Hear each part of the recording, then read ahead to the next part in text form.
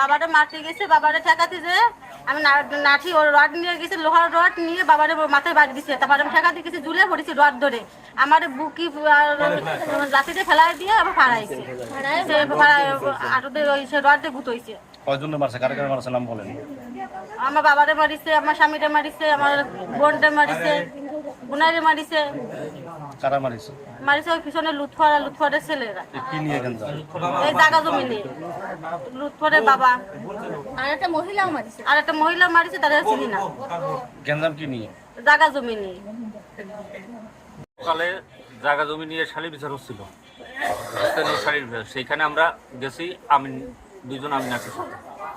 সেইখানে যাওয়ার পরে ওই লুৎফর নাম করে ওই ব্যক্তি জায়গা কিনেছে 23 শতক, কিন্তু দলিল করে নিয়েছে 26 শতক। এই কথা বলাতে উঠে এমনি আমার মাঝে ভাইরা গোপাল তার মুটকি ধরে ঘুষি মারিছে। যখন ঘুষি মারিছে আমি সেই মুহূর্তে ঠ্যাক দিছি। আমার শ্বশুর আইছে সন্দীপ মণ্ডল, শ্বশুর এসে ঠ্যাক দিতে গেলে শ্বশুরও মারিছে। আমি সেই জায়গাতে সবাই ঠেলে নিয়ে চলে আসি। চলে আসার পর বাড়ির ভিতরে যে আইছি, ওইখান থেকে ওরা রড নিয়ে দৌড়েছে। একজন ছেলের হাতে, ছেলের নাম হচ্ছে পাহাদ, বাবার নাম হচ্ছে লুৎফর। ওই লুৎফরের হাতে ছিল রড, আর পাহাদের হাতে ছিল ইট, বড় একটা ইট।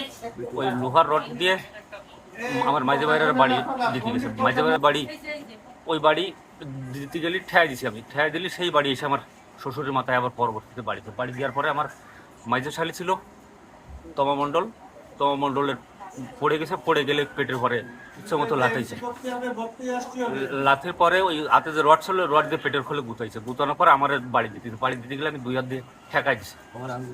ঠেকাই দেওয়ার পরে ওই আমার মাঝে ভাইরা গোপাল তার ওই হাতের আঙ্গুল ওই যে মচকে গেছে না ভেঙে গেছে, সেটা আমি সঠিক জানি না।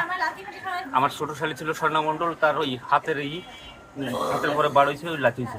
আমার বউ ছিল নিপা মণ্ডল, তার ওই মারিছে হাতের আছে, সবাই মারিছে। আমার শ্বশুরের মাথা ফেটে গেছে, শাশুড়ি অসুস্থ। আমার ছোট ভাইরা ছিল অনুপম মণ্ডল, তারাও মারিছে। মারার পরে আমাদের কাছে ছিল, আমার বোর গলায় একটা স্বর্ণের চেন ছিল, আমার শালির গলায় একটা স্বর্ণের চেন ছিল। সেন দুটো নেই। আমার গাড়ির টাকা ছিল 2170 টাকা, 200 টাকা আমি খুঁটিয়ে পাইছি, আর বাকি টাকা আমি পাইনি। বাবুর ফোন ছিল, বাবুর টাকা ছিল, সে টাকাও পাইনি, ফোনও পাইনি। ফোন ছিটকে গেছে না কি হয়েছে সেটা আমরা বলতে পারি না, সেগুলো আমরা এখনো পর্যন্ত পাইনি। এই পর্যন্ত হয়েছে। সেইখান থেকে আমরা অনুপায় হয়ে এই হসপিটালে এসে শ্বশুরের ট্রিটমেন্ট করেছি। আমরা এখন আমরা কীভাবে বিচার পাইতে পারি আমরা সেটাই আশা করতেছি। ওইগুলো বলার দরকার।